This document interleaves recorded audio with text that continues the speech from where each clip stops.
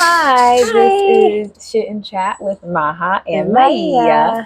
So this is Shit and Chat Express. We have to make sure because this is the traveling one. Yeah, so we're out in the world, we're traveling, and we want to tell you a little bit more about our trip and our experience. Last video, we were talking about Croatia. Now we're going to jump in and talk about Budapest, but I don't think we need to go back through like the whole thing. No. Just kind of like what it was like going from Croatia into Budapest and what that whole experience was like. Yeah.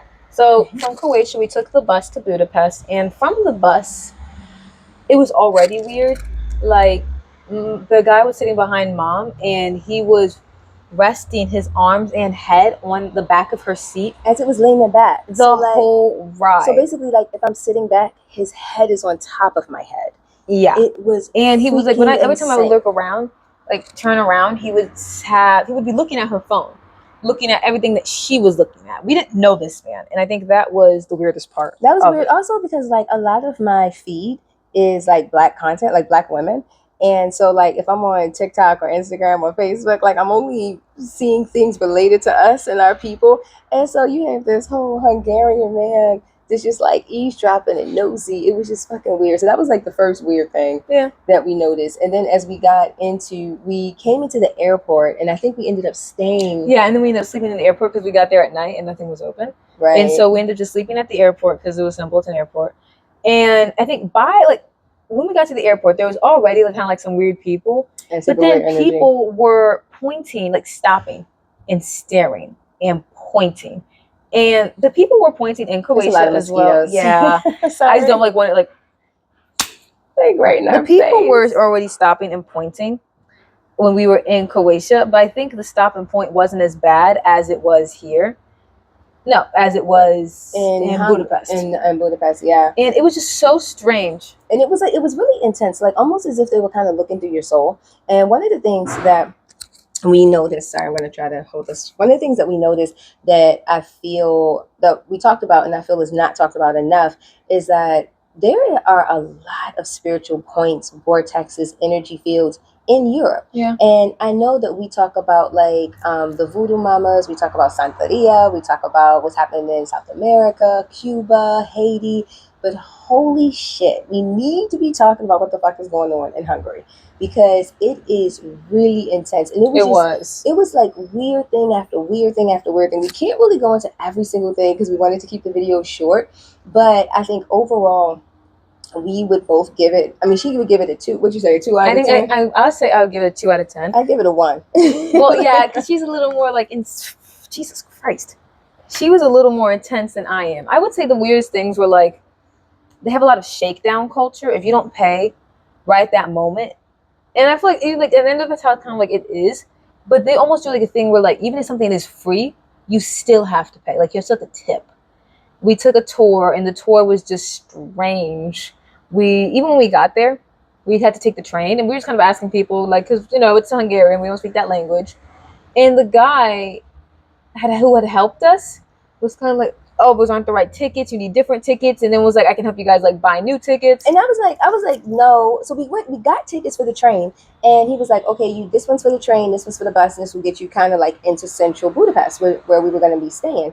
And he was like, oh, those aren't the right tickets. And I was like, but he sold us 6 tickets. And he works at the official train thing. No, at the airport. And he was like, oh, yeah, people like that, they just do that here. And I was like, they just lie and sell you fake-ass tickets. And he was like, I'll show you the right ones to get. And I told her, we ain't buying no more fucking tickets. We're going to figure out what tickets these are for. And it was like kind of weird to the point that like you already knew we had tickets. You knew these tickets were good. You knew we could use them, and then you just wanted us to buy more tickets that we couldn't use. So that part was weird. The tour part was really weird. The tour was really weird because we got the tour off freetours.com. And then she kind of like for the whole tour kind of made like a pity thing about it, about how she wasn't getting paid and about how this was like her own company. It wasn't her own company, was getting paid. Yeah. And then at the end was kind of like wouldn't let you leave until you paid her. And then even when you paid her, she wasn't happy with the amount, so she's looked around sadly. And they kind of kept walking back and forth past us in an angry type of way. And we noticed that when we were in Budapest, it seemed like everyone was under some sort of love spell. I haven't seen that not much. Love spell, a lust spell. And it was affecting the women terribly. It was so strange. Like every single area we would look, coupled up, kissing, like, and not even just like mwah mwah, No. but we saw people in the bushes, In the bushes. Like, you couldn't even wait till at you a got family home. park. At a park. It was crazy. People were leaning over tables to kiss each other. The women, and I told Maya when we first saw it, because when we were getting on the train, there were some people next to us that were going in, and I was like, oh my God, this is weird. And I told her, and I said, the women looked literally like they wanted to jump in the skin of the men. Like, they were not close enough. They were sitting on laps, like nibbling on ears, kissing on necks. It was fucking crazy. And the men just always like, just eating it up. They did not have the same energy that the women had when it came to that. And it was like everywhere. I mean, people walking around literally cuffing butts. It was crazy. It was horrible, and especially because I'm not one for public affection. Like, if you maybe like hand holding or hugging, whatever, but I don't want to see anyone make out. That's too much. I mean, like, I don't want to see full anyone on, grabbing your butt. None of it. Like children making out, but these were grown folks, like well into their 30s and 40s. It was freaking insane. So that was one thing that we noticed, and then, of course, us living in Tunisia, where it's a Muslim country and everything is very modest, we don't see anything like that at all. Like, and so I think we just got used to not. And then we had even asked the tour guide before we realized that she was a crazy liar. She was hustling the shit out of us. We were like, hey, I was like, what's up with the Hungarian men? Because they seem like they really like some Casanova. And she was like, no. If I could recommend anything, it wouldn't be a Hungarian man. And I was like, you don't know this? Which was so weird, because people were the women were literally like, jumping at the chance to be with their guys. And realistically, when we were trying to leave Hungary to head back to the Budapest airport, there was a guy in there talking to me.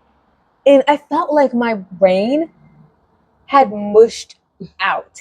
Like, he was just like, what are you doing? He was like, oh, we're doing this. He's like, do you guys need help? Of course we need help. We didn't even need help. Okay, so basically what she's saying is that we got caught in the spell. We got caught in the spell of Budapest. And but it was like, I wasn't even that interested. And he's ended up sitting next to me. And let me make this clear. I'm not a man hater, but if men approach me, I'm definitely going to be on like why are you talking to me? Right. What are you doing next to me? And it's just, especially because if you approach me and I'm with my family and I'm obviously in a conversation with my family, then I'm really confused why you're even putting your interests and opinions into whatever's happening. And he was like, are you guys Muslim? I mean, not Muslim, are you guys American? And we were like, yeah. And he was like, oh, but he was supposed to have headphones on, like big ass headphones. So why weren't you listening to music? And it was just like, and he was attractive, I'll say that. But even with attractive guys talk to me, usually I don't tell them every aspect of our business. And I don't just blindlessly follow. It was a lot of blindlessly follow. Like, the moment we asked for anyone's help, I'm like, oh, okay, just follow me. We were like, we actually did follow them, which was crazy. Because I don't trust strangers like that. I don't trust anybody. And I think after like 24 hours of being there in that type of energy, we were just like, oh my God, this is amazing. Best place in the world. Which is crazy because that place was horribly expensive. It was like... horribly expensive, and the people weren't even that nice. They weren't that nice. And it wasn't really until we were heading out and got to the airport that we were realizing, like, what the fuck just happened to us? Like, what were we under? And then we kind of went back to process, and it was just like, holy shit, did we just really get spellbound by being in that place? And one of the things that was really interesting that we learned on the tour is that a lot of people occupied Hungary. Yeah. And so it also has a lot of spiritual energy there, a lot of energy vortexes. Even if you Google it, spiritual energy in Budapest, you'll see the Turks were there. They had brought some, like, I think, warm water springs. They were talking about the spiritual energy there. They were talking about the spiritual energy in that lake where you cross over the bridge from Buda to Pest. Oh my God, like, it is a lot. And I would definitely say that if you are sensitive to spiritual energy and you go to Budapest, try to protect yourself with everything you have. Because you won't even notice it's happening. And realistically, we aren't the type of person, like, we're solo women travelers. We're not the type of person to just blindlessly to start following and trusting people without like a second thought. There are so many mosquitoes. Crazy. I'm getting bit up like crazy. Oh my gosh. Okay, so I know this video isn't going to be long because like we wanted to come outside because we were trying to record inside, and then people kept walking in and out, and then we were like, okay, we're going to pause and we'll try to come outside to record. And we definitely wanted to like give you guys some information, but now the mosquitoes are going crazy outside. So I think we will just probably like give you a couple last minute pieces and then wrap this espresso. More just like things to know before you go to Budapest. First of all, it's an insanely expensive country, but the currency exchange is even worse. So still use your card. I don't think it's worth changing over to the currency, Right. because the currency exchange is insane. They're going to charge you for every single thing they possibly can. Everything. Like they'll charge you if you want something to go, they're going to charge you for the to go bottom And the top. and the top. Even if you already ate at that place. If you want a Coca-Cola, you have the option of the normal price and it being lukewarm because it was outside, or an additional $1 for it to be cold. For it to be cold. Like they're going to charge you for every everything. single thing. It was really they really charged me expensive for a country. fucking cup of water. A cup of And it was water. $3 for that. It was cup of $3 water. for a cup of water that we were already eating at the restaurant, and they were like, "Oh, would you like some water?" And I was like, "Yeah." Came $3 fucking for the water, and we got water, a soda, and a small order of fries. That shit was like $12, $13. So for sure, I am getting smack it. Oh my god, we are definitely getting bit up. The shakedown culture is real. Oh, Jesus Christ. I know the shakedown. We're gonna pause here and we're gonna finish up inside. See if Okay, we had to go to a different place because it was way too many. Yeah. So the takeaways, I'm sorry, I want to backtrack. The takeaways we were saying is one, Budapest is super freaking expensive. It's actually more expensive than Switzerland is. And they're Just operating because in Switzerland France. doesn't even, like, Switzerland is expensive just on basic charges, but Budapest is expensive because they add an insane amount of taxes. They add every single thing. Like, they probably add, like, walking into the restaurant tax. Yeah, it's really bad. really intense. And the shakedown culture, when you're in like a third world country, we're going to use that term very loosely, or in a country like Africa, you may A continent like Africa. a continent like Africa. Let's use Morocco as an example because I've seen a lot of people post and they'll say like, oh, you know, when you get off the at the airport, you have to negotiate and hustle and, you know, to get a good price for the taxi, something like that. You can almost guarantee that when you are in the African continent, any African country, that you're going to have to negotiate and work really hard to get a good price. But you don't realize that niggas is out here hustling the shit out of you in Europe. You would not think that that was it, but it is insane. And like she was saying, like, oh, you want the soda cold? Yeah. Now you got to pay $1. You want ice in that? Now it's another $1. Like everything just stacks up. You want a straw? Another $1. That's another $1. So that part you need to really be mindful for. The spiritual energy, I would say, if you are sensitive to spiritual energy and you did not care about going to Hungary, don't go. That would be my recommendation. It's not even worth seeing. I don't think we really saw anything that was like mind blowing. They have big buildings and like pretty architecture, but you can really find that all over Europe.